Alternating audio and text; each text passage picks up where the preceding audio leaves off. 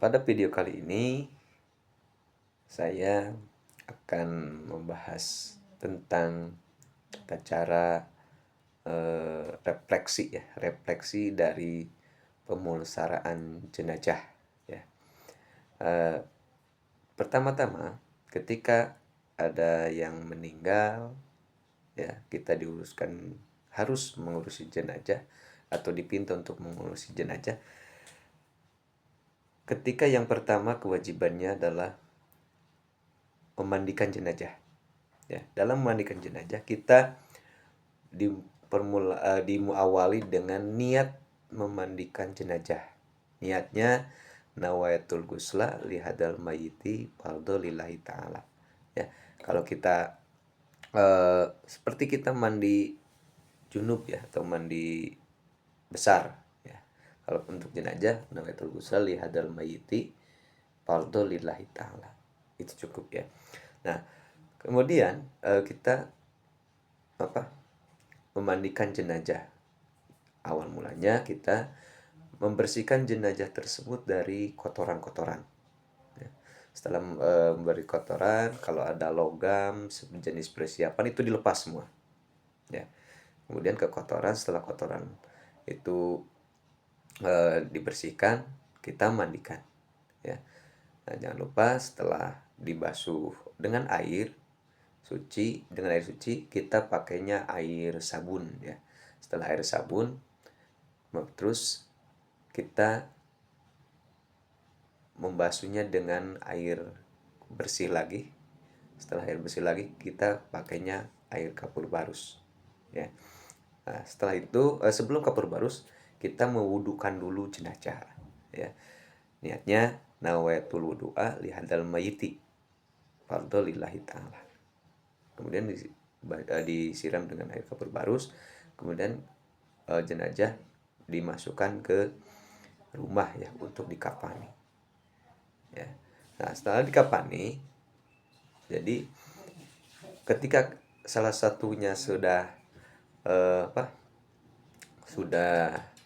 salah seorang sudah sedang memandikan jenazah, ada beberapa orang lagi yang sedang menyiapkan kafan ya di ruangan yang tertutup ya. Nah, kafannya untuk laki-laki, kafan yang diperlukan 3 helai kalau ada ya. 3 lembar kain kafan.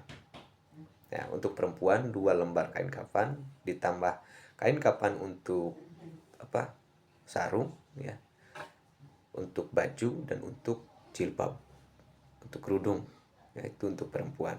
Cara memakaikannya, pertama yang sebelah kiri ya, yang sebelah kiri dulu, lembaran pertama sebelah kiri, terus lembaran kedua lembaran pertama lagi kedua yang sebelah kanan, terus yang ketiga kiri lagi, terus aja ditumpang kayak gitu. Nah, setelah itu disiapkan juga tali pengikat yang terbuat dari kain kafan yang dipakai tersebut ya. Kain pengikat yang minimal ada 3 kain pengikat, dari pusar, dari tengah badan, terus dari kaki.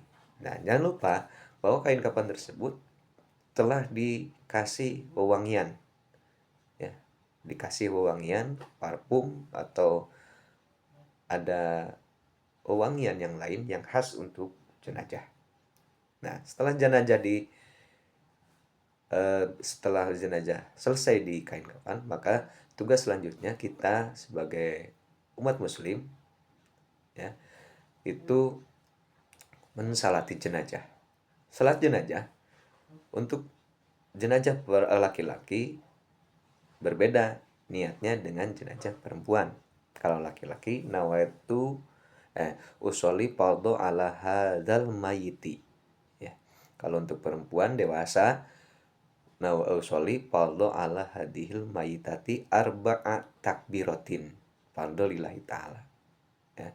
Nah, berbeda untuk bayi atau anak-anak, bahwa niat salatim mayit itu nawait usolli fardhu ala hadal mayiti tipli.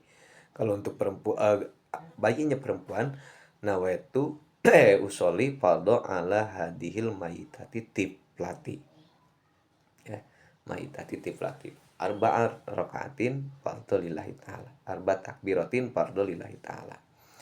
Nah, selanjutnya setelah kita dalam takbir pertama kita membaca Fatihah, ya, membaca Fatihah. Takbir kedua kita membaca sholawat kepada Rasulullah Muhammad SAW. Takbir ketiga ialah mendoakan mayit. Ya, takbir keempat sama mendoakan mayit, tapi secara umum untuk kebaikan orang yang muslimat yang udah meninggal atau yang masih hidup. Kemudian bahasa salam, itu runtutan dalam mensalati mayit. Setelah mayit disalati, maka dibawalah ke makam untuk dikuburkan, ya. Nah, setelah jenazah masuk ke wilayah area pemakaman, maka disunahkan bagi yang mengantarnya membaca Assalamualaikum ya ahlal kubur innakum lana sabikun wa ana bikum lahikun, ya. Nah, perlu diketahui bahwa setelah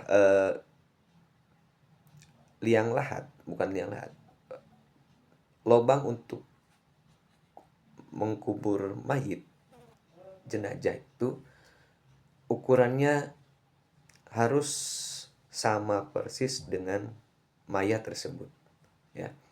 Nah, setelah lubang untuk galian makam tersebut selesai, maka persiapkan 2 atau 3 orang yang akan menerima mayat tersebut di bawah lubang, di bawah galian tersebut. Diterimalah mayat dari atas, ya, diterima, ini disimpan di dada, baru dikebawahkan, ya.